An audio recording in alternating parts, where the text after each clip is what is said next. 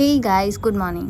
સવારે ઉઠી ત્યારે ઘરનો વ્યૂ કંઈક આવો હતો, કેમ કે આજે હતી મારી મમ્મીની છુટ્ટી. મમ્મીને કોઈ દિવસ છુટ્ટી હોય ના હોય, પણ મારી મમ્મી થોડા ઘણા કામથી બહાર ગઈ હતી, એટલે આજે ઘરની ડ્યુટીઝ મારે કરવાની હતી. એટલે સવારે ઉઠીને આપણે સૌથી પહેલાં લાગી ગયા હતા કામ કરવા માટે, કેમ કે મમ્મી આવે એ પહેલાં આપણે ઘર ચકાચક કરી દેવાનું હતું.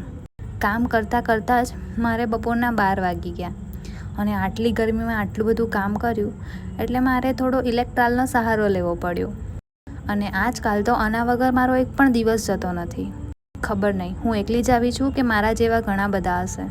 અને હા, આટલી ગરમીમાં જમવાનું બનાવવાની મારી સહેજ પણ ઈચ્છા નહોતી અને તાકાત પણ ન હતી. એટલે મેં ઓર્ડર કરી લીધું લંચ, અને એમાં મેં મંગાવ્યું હતું મારો ફેવરેટ મૈસૂર મસાલા ઢોસા. કોને કોને ગમે છે કમેન્ટ જરૂરથી કરી દેજો.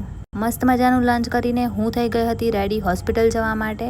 અને હોસ્પિટલ જતાં પહેલાં મેં પી લીધી ઠંડી ઠંડી છાશ.